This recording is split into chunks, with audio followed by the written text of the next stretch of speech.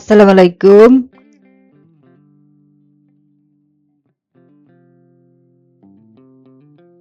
কেমন আছেন সবাই? স্পোকেন ইংলিশের উপর বহুদিন পরে আবার একটি ফাইনাল সলিউশন প্লেলিস্ট নিয়ে আপনাদের কাছে হাজির হয়েছি। কেন হাজির হয়েছি? দিন দিন সবকিছু আপডেট হচ্ছে, টেকনোলজি আপডেট হচ্ছে, ভিডিও কোয়ালিটি আপডেট হচ্ছে। সবকিছু চিন্তা করে ভাবলাম আপনাদের জন্য আরো সাজানো গোছানো স্পোকেন ইংলিশটা দিকে ফোকাস করি। তাছাড়া আমি স্পোকেন ইংলিশের উপর আগে যে ক্লাসগুলো করেছিলাম সেগুলো হচ্ছে গ্রাফিক ডিজাইন এবং ফ্রিল্যান্সিং এর উপর। এখন আমার মনে হচ্ছে যে সবাই শিখুক, সবাই বুঝুক, সবাই জানুক।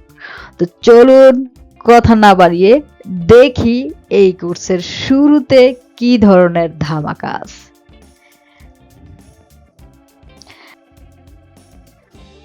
ক্লাস 1 এ থাকতেছে আমাদের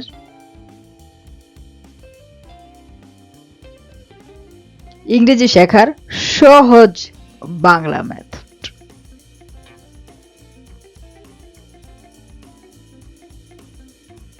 আচ্ছা, ইংরেজি শেখার সহজ বাংলা মেথডটা আসলে কি?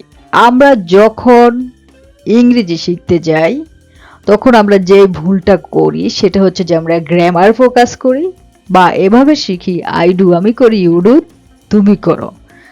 এতে হয় কি আমাদের অনেক সেন্টেন্স পরিচিতি বাড়ে, সেন্টেন্স সম্পর্কে বুঝি, কিংবা আমরা ইংলিশ গ্রামারটা বুঝি, বাট ইংরেজি লিখতে পারি না। এতে আমাদের যেটা ফিল হয়, ইংলিশ ভাষা ইজ এ হার্ড ল্যাঙ্গুয়েজ। এটা কখনোই হার্ড ল্যাঙ্গুয়েজ না। আমাদের কারিকুলামের মধ্যে ব্যতিক্রম কিছু ব্যাপার আছে। ব্যতিক্রম বলতে হচ্ছে আমাদের কারিকুলাম, আমরা ভাবি আমাদের দেশে যে কারিকুলামে পড়ানো হয় সেটা আপডেট কারিকুলাম না। বিষয়টি তা নয়। বিষয়টি হচ্ছে আমাদের দেশে হাই লেভেলের ইংলিশটা আগে শেখানো হয়, বেসিকটাই শেখানো হয় না। আমরা মনে করি যে আমাদের দেশে যে ইংলিশটা শিখে ভুল ইংলিশ শিখে না। যেমন আমরা যখন বাংলা ব্যাকরণ পড়ি দেখবেন সমাস, কারক বা এই ধরনের যত গ্রামার আছে এগুলো আমাদের মনে রাখতে একটু কষ্ট হয়, বাঙালি হয়েও। তা আমাদের দেশে কি হয়, ইংরেজিটা আমরা লিখতেও পারি না, বলতেও পারি না, আমাদেরকে ধরে দেয় গ্রামার, মানে অ্যাডভান্সড লেভেল ভাবা যায়। আর যখন বড় লেভেলে পরীক্ষাগুলো দিতে যাবেন বিসিএস, সেখানে তো আরো বেশি। তো আমরা যেখানে বাক্যই বুঝি না সেখানে কোথায় প্রিপোজিশন বসাইলে রাইট হবে, কোথায় রং হবে, এত কিছু মনে রাখা না টাফ হয়ে যায়। তো এই জন্য যেটা করব বা আমরা যেভাবে শিখব, এটার এই সহজ সূত্র বা সহজ মেথড নিয়ে এসেছি। সহজ মেথডটা কি?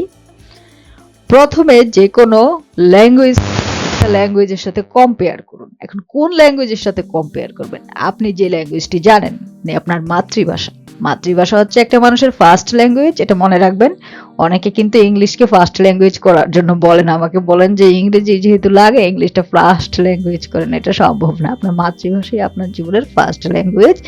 সেকেন্ড হচ্ছে যে ওয়ার্ল্ড ওয়াইজ যে ল্যাঙ্গুয়েজটাকে সবচেয়ে বেশি প্রাধান্য দেওয়া হয় ব্যবসায়িক ক্ষেত্রে, সব ক্ষেত্রের জন্য, সেটাই হচ্ছে ইংলিশ ল্যাঙ্গুয়েজ। তো ইংলিশ ল্যাঙ্গুয়েজটা যখন আমরা শিখতে যাব, আমরা বাংলা ল্যাঙ্গুয়েজের সাথে ল্যাঙ্গুয়েজটা কম্পেয়ার করব।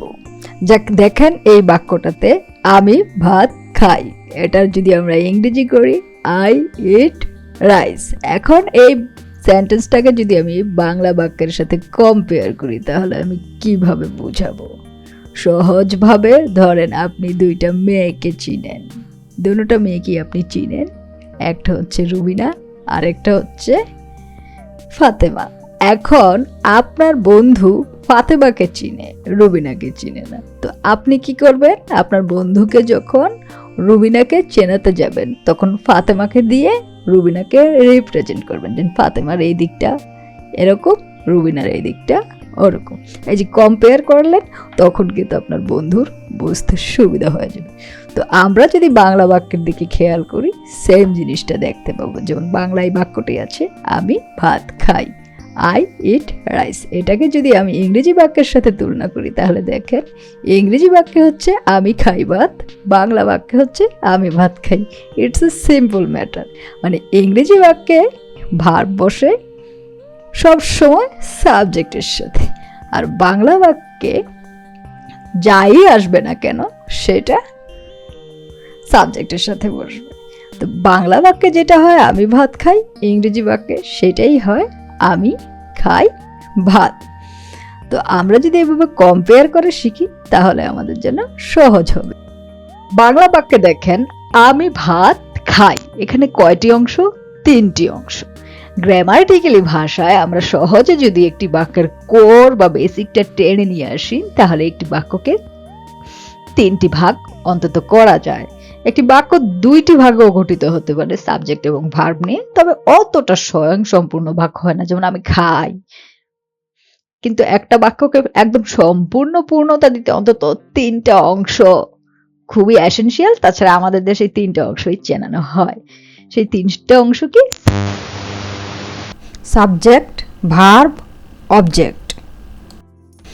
এখন এই 3টে অংশকে যদি আমরা বাক্যে প্রশ্ন করি তাহলেই চিনতে পারবো। কে ভাত খায়? উত্তরে আসতেছে আমি ভাত খাই, তাহলে এটা সাবজেক্ট। অবজেক্ট পাবো কিভাবে? আপনি যদি কোনো বাক্যকে কি করা হয়, কোথায় করা হয়, এই ধরনের কোনো কোশ্চেন করে থাকেন তাহলে অবজেক্ট বেরিয়ে যাবে। যেমন আমি কি খাই? ভাত। তাহলে সাবজেক্টও চিনলাম আমরা, ভাত অবজেক্টও চিনলাম। এখন বাকি হচ্ছে যে ভার্ব কিভাবে চিনবো। যা দ্বারা কোনো কাজ, আকাজ, কুকাজ করা হয় এটাই হচ্ছে ভার্ব। আমাদের বইয়ে লেখা থাকে সাধারণত ভার্ব হচ্ছে যা দ্বারা কাজ করা হয়, এই জন্য আমরা ভার্ব চিনি না। আকামটাও কিন্তু ভার্ব। যেমন আপনি পড়াশোনা বাদ দিয়ে ঘুমিয়ে আছেন, এটা কিন্তু ভার্ব। আপনি মোবাইল টিপতেছেন, এটাও কিন্তু ভার্ব। তো কাজ এবং আকাজ যা আছে, মানে কাম, আর সহজভাবে বললে কাম এবং কুকাম, ওগুলো সবই হচ্ছে ভার্ব। তো এখন এই দেখেন এই প্যাটার্নটা ইংলিশে মেনটেন করে কিভাবে, আর বাংলায় মেনটেন করে কিভাবে। বাংলায় মেনটেন করে হচ্ছে সাবজেক্টের পরে অবজেক্ট, অবজেক্টের পরে ভার্ব। আর ইংরেজিতে মেনটেন করে কিভাবে? সাবজেক্টের পরে ভার্ব, ভার্বের পরে অবজেক্ট। এই প্যাটার্ন মনে রাখার কোনো দরকার নেই, এটা হচ্ছে জাস্ট একটা হিংস ভাষাটা বোঝার জন্য এটাকে আমি এত সহজভাবে আরো মানে স্মুথলি বুঝিয়ে দিব, আপনাদের ব্রেন একদম ফাঁকা হয়ে যাবে ইংরেজি ল্যাঙ্গুয়েজের উপর।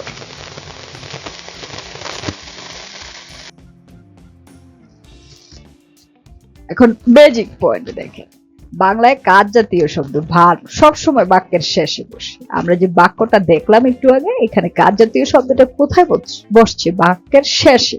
আর ইংরেজিতে কাজ বসে সাবজেক্টের ঠিক পরে। এই এতটুকু মনে রাখলেই হবে।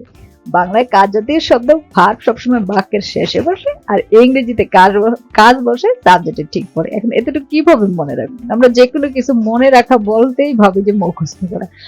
ভেবে দেখেন তো, আপনার পরিচিত অনেক ফ্রেন্ড সার্কেল আছে, এদের সবার নাম কি আপনি মুখস্থ করেছেন? করেন নাই। ভালোবাসতে বাসতে চলতে চলতেই শিখে গেছেন। সেকেন্ড হচ্ছে তাদের শুধু নাম না, তাদের অনেকের ফ্যামিলি ব্যাকগ্রাউন্ড জানেন, বাবা মা কি করে জানেন, অনেক কিছু আছে জানেন, বয়ফ্রেন্ড বা গার্লফ্রেন্ড কতজন, এগুলোও জানেন। এগুলো আপনি কিভাবে মনে রেখেছেন? মুখস্থ করেছেন? করেন নাই। কিন্তু কিছু শিখতে গেলে আমাদের ব্রেনে কেন বারবার আসে এটা মুখস্থ করতে হবে? এটা একটা ভুল মেথড। আমরা বুঝতে বুঝতে মনে রাখবো।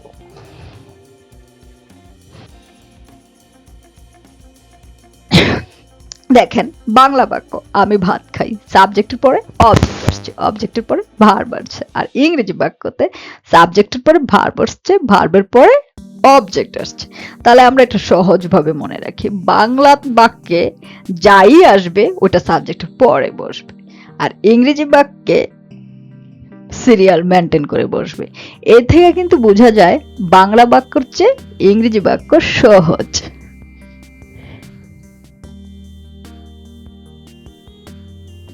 আচ্ছা, এখন আমরা এই যে প্যাটার্নটা পড়লাম, এই প্যাটার্ন অনুযায়ী আমরা কিছু সেন্টেন্স মনে রাখি। এই দেখেন বাংলা যদি হয় আমি স্কুলে যাই, ইংরেজি কি হবে একটু চেষ্টা করেন, তাহলেই দেখবেন এই যে এতক্ষণ যা বুঝালাম এগুলো আর বুঝে মনে রাখার কোনো দরকার নাই।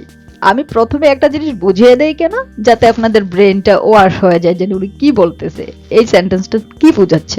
বুঝে গেছেন, কাহিনী শেষ।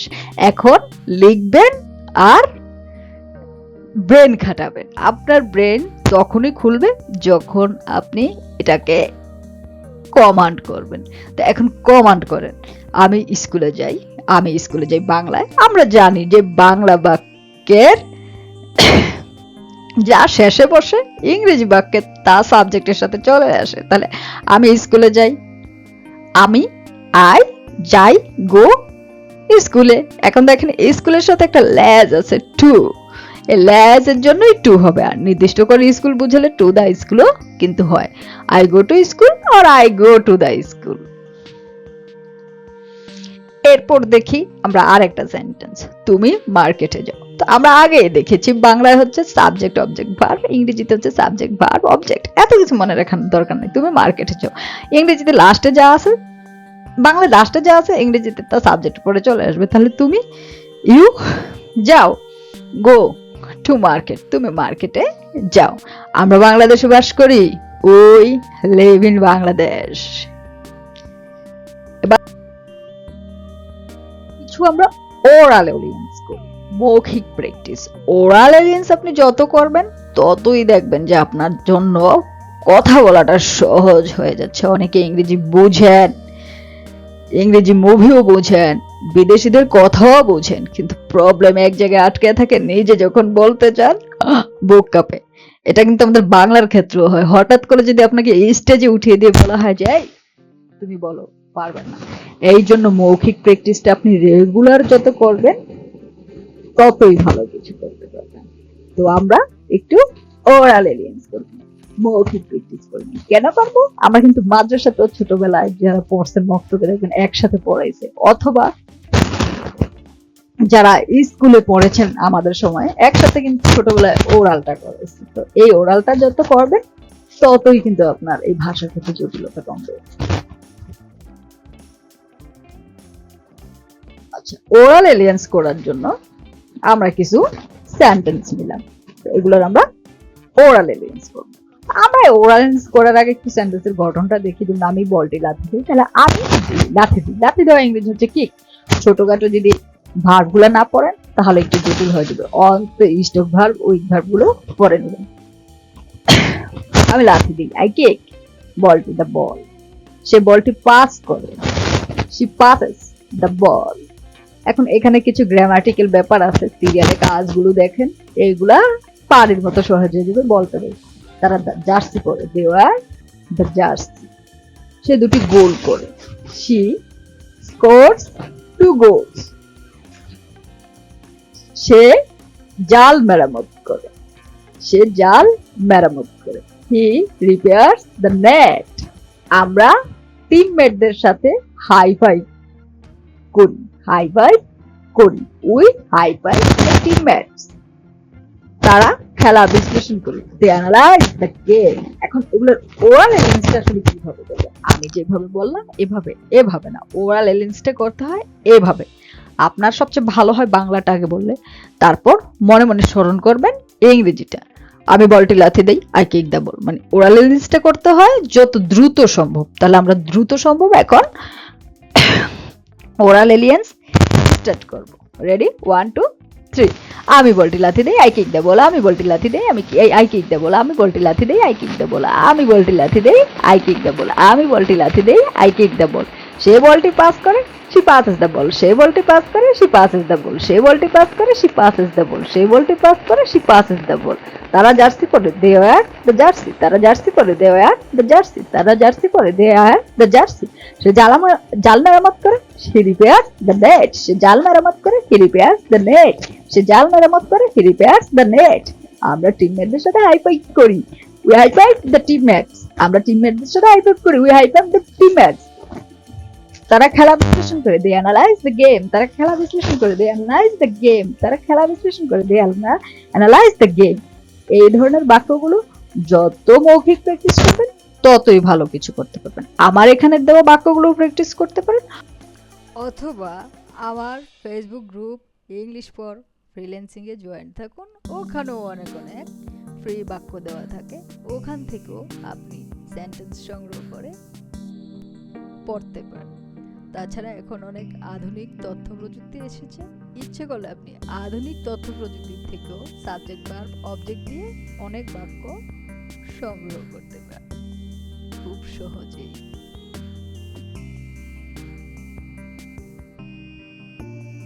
মাঠে প্রবেশ করে, the substitute enters the field, substitute মাঠে প্রবেশ করে, the substitute enters the field. তিনি ক্রিকেট খেলেন, দ্য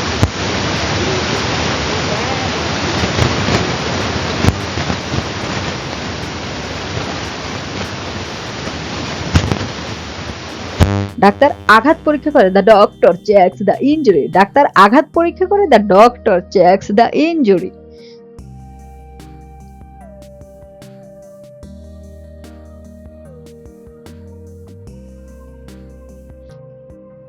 হোমওয়ার্ক দেওয়ার চেষ্টা করছি, এগুলোকে আপনারা একটু ট্রাই করবেন ইংরেজি করার। করে আপনারা আমাকে আমার ইংলিশ ফর ফ্রিল্যান্সিং একটি ফ্রি ফেসবুক গ্রুপ আছে, ওটাতে জয়েন করতে পারেন। লিংক দেওয়া থাকবে ইউটিউবের কমেন্ট বক্সে, ওখান থেকে আপনারা সরাসরি জয়েন করতে পারেন, অথবা যারা জয়েন্ট আছেন তারা ওই গ্রুপে এগুলো পোস্ট করতে পারেন। As you wish. আমি একটি শার্ট পরি, সে শার্টটি ইস্ত্রি করে, তুমি দরজা খোলো, পাখিরা বীজ খায়, আমরা বন্ধুদের সঙ্গে দেখা করি, বাতাস গাছগুলো বাঁকায়। তাহলে আজকে আমরা কি প্যাটার্ন শিখলাম ইংরেজির? Subject, verb, object. মনে থাকবে তো? কমেন্ট করে জানাবেন বাংলা প্যাটার্নটি এটার কি হবে। অবশ্যই ভিডিওটি ভালো লাগলে লাইক করবেন, কমেন্ট করবেন, শেয়ার করবেন। আর হচ্ছে এই ভার্বগুলো অন্তত মুখস্থ করে ফেলবেন, যাতে আপনি নিজে নিজে সেন্টেন্স মেক করতে পারেন।